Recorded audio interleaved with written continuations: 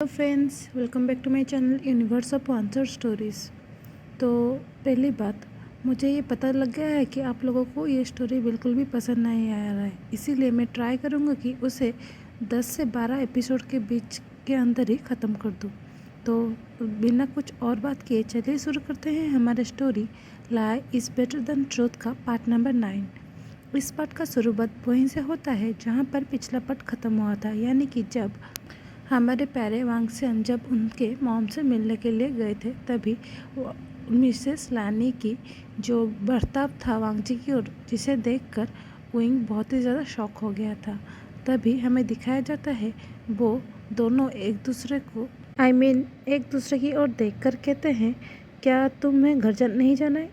तभी मिसेस लानी कहती है, हाँ मैं ये कहना भूल गया, तुम दोनों को अभी घर चला जाना चाहिए क्योंकि बहुत देर हो गया है और मुझे जितना पता है आज सिचन आने वाला है। जिस बात को सुनकर विंग बहुत ही ज़्यादा खुश हो जाता है और विंग के फेस पर जो स्माइल को देखकर वांगजी को बुरा लगता है, क्योंकि जो भी कह लो विंग वांगजी से नहीं सिचन से प्यार करता है, जो कि वो खुद ही है, लेकिन कैरेक्टर तो सिचन का ही है ना।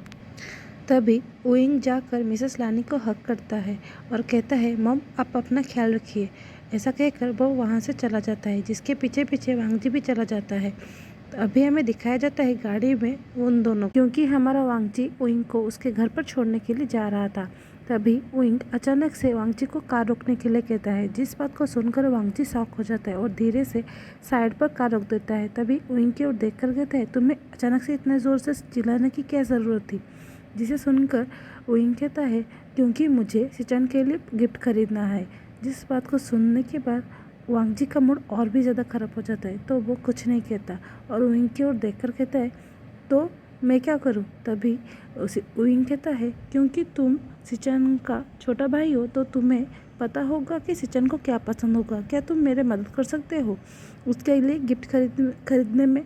जिस बात को सुनकर वांगजी कहता है, ठीक है, लेकिन क्या अभी हम खरीदने वाले हैं? जिस बात को सुनकर विंग अपने सर को हाँ में हिला देता है।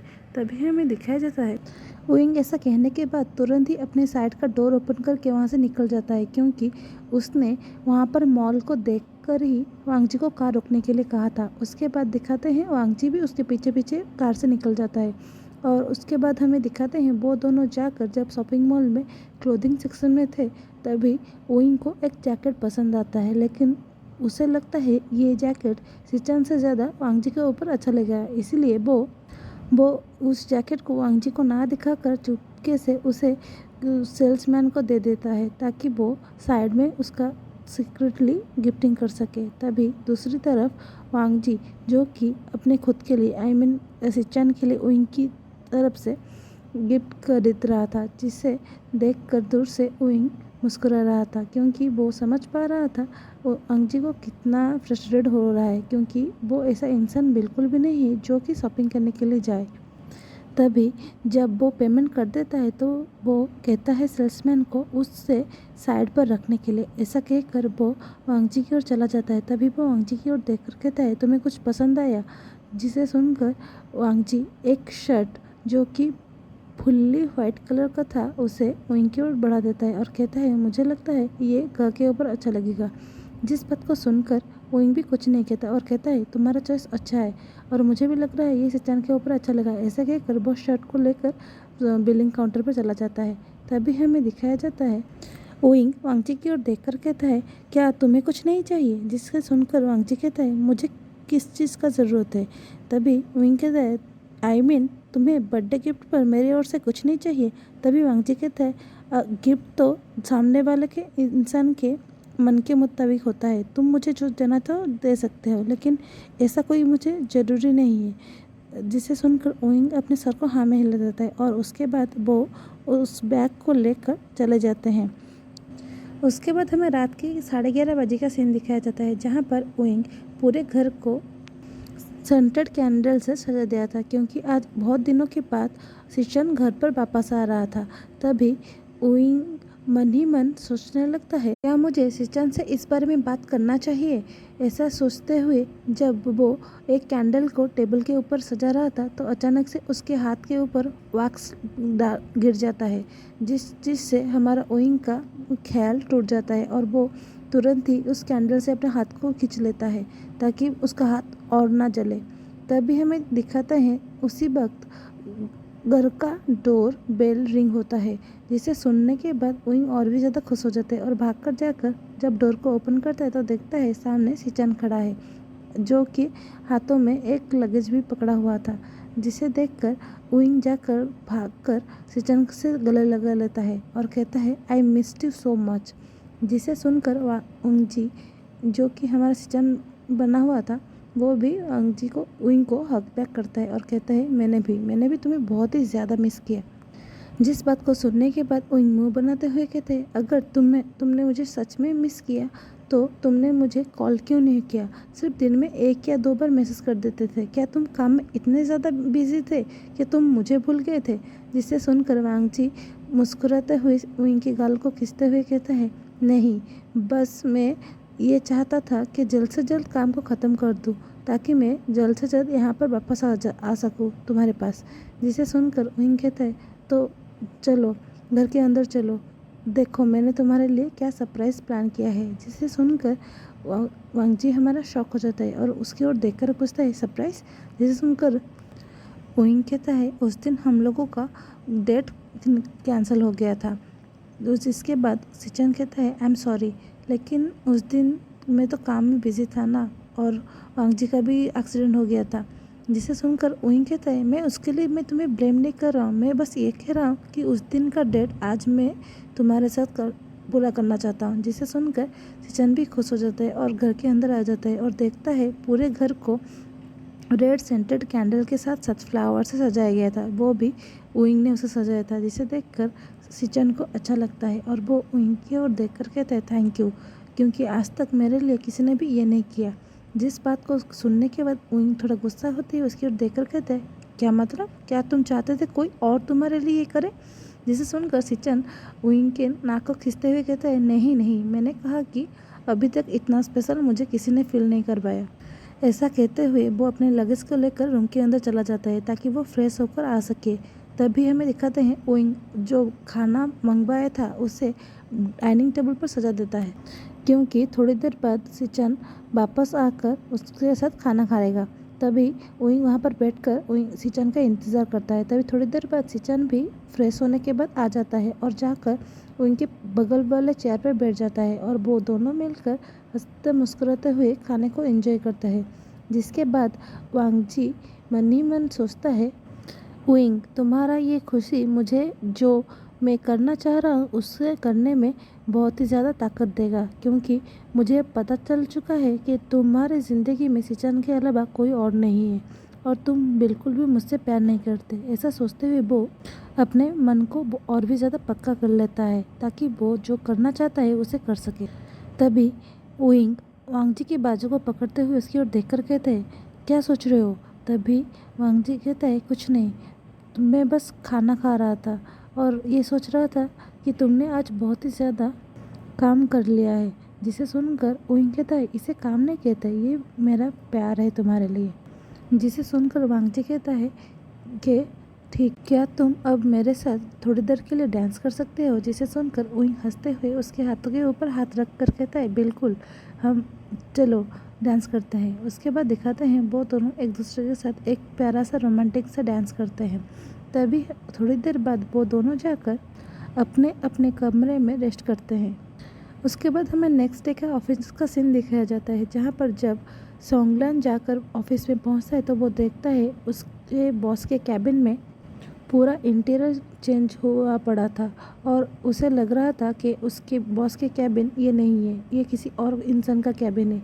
जिसे देखकर वो जाकर वांग जी की ओर देखकर कहता है बॉस, ये सब चल क्या रहा है और ये कैबिन क्यों बदलवा रहे हो आप? जिसे सुनकर वांग जी कहता है क्योंकि दुनिया की नज़रों में सिचन ऑफिशियली इस कंपनी को ज्वाइन करने वाला है। जिस बात को सुनने के बाद सोंगलान कहता है तो ये बात तो ठीक है, लेकिन आप उनके लिए एक दूसरा कमरा तो प्रिपेयर कर सकते थे ना। जिसे सुनकर वांग जी कहता है तुम्हें बहुत जल्द पता चल जाएगा ये सब क्या हो रहा है। तभी सोंगलान थोड़ी शक्की भरी नज़रों से वांग जी की ओर देखकर कहता है लान वांगजी मेरे और देखो। इसे सुनकर वांगजी थोड़ा शॉक हो जाता है, क्योंकि ये पहली बार था जो सोंगलान उससे इस तरह से बातें कर रहा था, वो भी जब ऑफिस में प्रेजेंट हो। तभी वो अपनी नज़रों को सोंगलान से छुपाता है, क्योंकि उसे पता है कि इस दुनिया में एक इंसान जो कि उसे पहचानता है और उसको बातों को समझ पाता है बिना कहे, वो कोई और नहीं सोंगलान है। तभी सोंगलान उसके पास जाकर गुस्से में उससे झंझोड़ते हुए कहता है, क्या चल रहा है तुम्हारे दिमाग में? कहीं तुम इस दुनिया से गायब भी नहीं होने वाले? जिसे सुनकर वांगजी कहता है, तुम थोड़ी देर पेशेंस रखो, बहुत जल्दी तुम्हें सब कुछ पता चल जाएगा। उसके बाद हमें दूसरी तरफ ओइंग को नियोसंग के साथ दिखाया जाता है, जो कि दोनों मिलकर अपने ऑफिस के नीचे बने गए कैफे पर बैठकर बातें कर रहे थे। तभी नियोसंग थोड़े शक्की भरी नज़रों से ओइंग की ओर देखकर कहता है, कहीं तुम्हारे मन में वांगजी के लिए कोई सॉफ्ट कॉर्नर नहीं है?